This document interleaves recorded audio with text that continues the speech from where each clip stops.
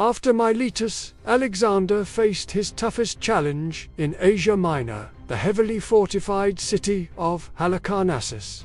This was a major Persian naval base, and it was defended by the brilliant Greek mercenary general Memnon of Rhodes and a strong Persian garrison.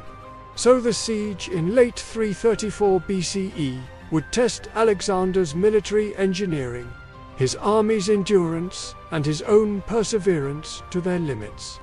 You can see the high walls and the citadel of Halicarnassus here in this 3D reconstruction by Wargaming Studios. And to get a sense of the scale, just imagine a giant like Alexander the Great standing on top of those walls.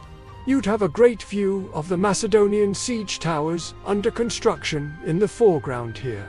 And in the distance, you could see the rest of the Persian fleet anchored in the harbor. Fighting was fierce, and the Macedonians suffered many casualties. But Memnon was also a brilliant engineer, and he had anticipated Alexander's siege tactics. So he had constructed these massive towers with thick wooden pillars to just let the catapults slide off their roofs. He also launched fierce counterattacks, even at night, when Alexander's troops were exhausted. So it was a real test of wills and endurance, and in the end, only one side would emerge victorious. Who do you think it was?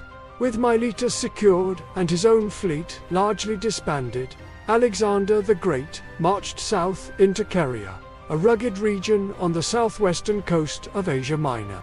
His primary objective was Halicarnassus, the Carian capital. This was no ordinary city. It was one of the most formidable fortresses in the Persian Empire, a vital naval base, and the headquarters of Memnon of Rhodes, the most capable general in Persian service. The siege of Halicarnassus would prove to be one of Alexander's longest and most difficult operations in Asia. Minor Halicarnassus was naturally defensible and had been extensively fortified. It was protected by strong, high walls, numerous towers, and a deep defensive ditch or moat. The city possessed 2 harbors and at least 2 formidable citadels: Salmacis, on a commanding height within the city, and Zephyrion, on an island guarding one of the harbor entrances. The garrison was substantial, comprising experienced Greek mercenaries under Memnon's direct command, as well as native Carian troops and Persian soldiers led by Orontibates, the Persian satrap of Caria. Memnon, having anticipated Alexander's arrival, had made thorough preparations, stockpiling supplies and strengthening defenses. As Alexander approached, he was met by Ada of Caria. Ada was the former queen of Caria, a member of the native Hecatomnid dynasty, who had been deposed by her younger brother, Pixodorus. Pixodorus had then allied with Persia, and his son-in-law, Orontibates, was the current satrap.